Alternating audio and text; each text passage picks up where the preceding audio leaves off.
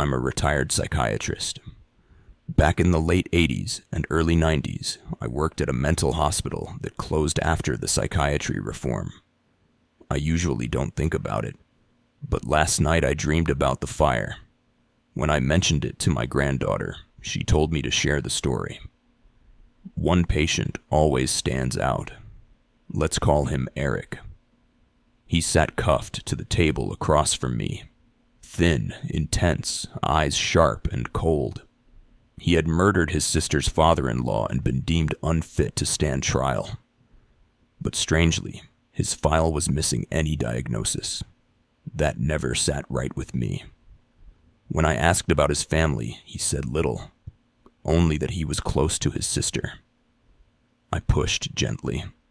Then I asked why he did it. "Why does it matter?" he asked, staring through me.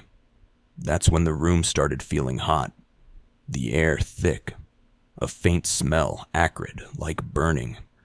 I tried to ignore it and pressed on. "I'm not here to judge you," I said. "Did you ever set fires?